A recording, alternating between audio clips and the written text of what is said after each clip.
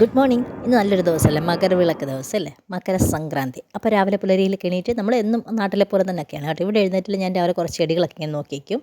പിന്നെ ഇവിടുത്തെ ആകാശത്തിലോട്ട് നോക്കി കഴിഞ്ഞാൽ വിമാനം, ഇഷ്ടം പോലെ വിമാനം പോകുന്ന സൗണ്ട് എപ്പോഴും ഇങ്ങനെ പോയിക്കൊണ്ടിരിക്കും. പിന്നെ ആനയും വിമാനവും ഇപ്പോൾ നമ്മളിപ്പോൾ എത്ര വളർന്നെന്ന് പറഞ്ഞാലും അത് നമുക്കൊരു വികാരമാണ് ഇല്ലേ, അറിയാതെ ഒന്ന് നോക്കും. എത്ര കണ്ടെന്ന് പറഞ്ഞാലും വീണ്ടും നോക്കും ഇല്ലേ.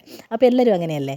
ഈ സൂര്യകാന്തി കണ്ടോ, കുറേ അധികം പൂക്കളുണ്ട്. സാധാരണ സൂര്യകാന്തിയിൽ ഒറ്റ പൂവായിട്ടാണ് കണ്ടിട്ടുള്ളത്, പക്ഷേ ഇത് വേറെന്തോ വെറൈറ്റിയാണ്. ഒരു 5-6 പൂക്കളൊക്കെ ഉണ്ടായിരുന്നു. ഇതാണ് നമ്മളുടെ വില്ലയുടെ മുൻഭാഗം. അപ്പോൾ ഇവിടെ കുറച്ച് ചെടികൾ നമ്മളുടെ നാട്ടിൽ അത്ര കോമൺ ആയിട്ട് ഞാൻ കണ്ടിട്ടില്ല. അപ്പോൾ നിങ്ങളെ ഒന്ന് കാണിക്കാമെന്ന് വിചാരിച്ചു കേട്ടോ.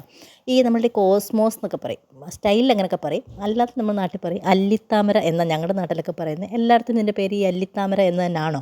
അപ്പോൾ ഇത് കണ്ടോ, വെള്ള, പിങ്ക്, പിന്നെ മജന്ത, ഇങ്ങനെ കുറേ അധികം കളർ വെറൈറ്റീസ്. നമ്മളുടെ നാട്ടിൽ ഇത് കോമൺ ആയിട്ട് ഉണ്ടോ എന്ന് എനിക്കറിയത്തില്ല. അപ്പോൾ അങ്ങനെ ഉണ്ട് എന്നുണ്ടെങ്കിൽ ഒന്ന് കമൻറ്റ് ചെയ്യണേ. പിന്നെ കുറച്ച് ഡാലിയയുടെ കുറച്ച് വെറൈറ്റീസ് ഉണ്ട്.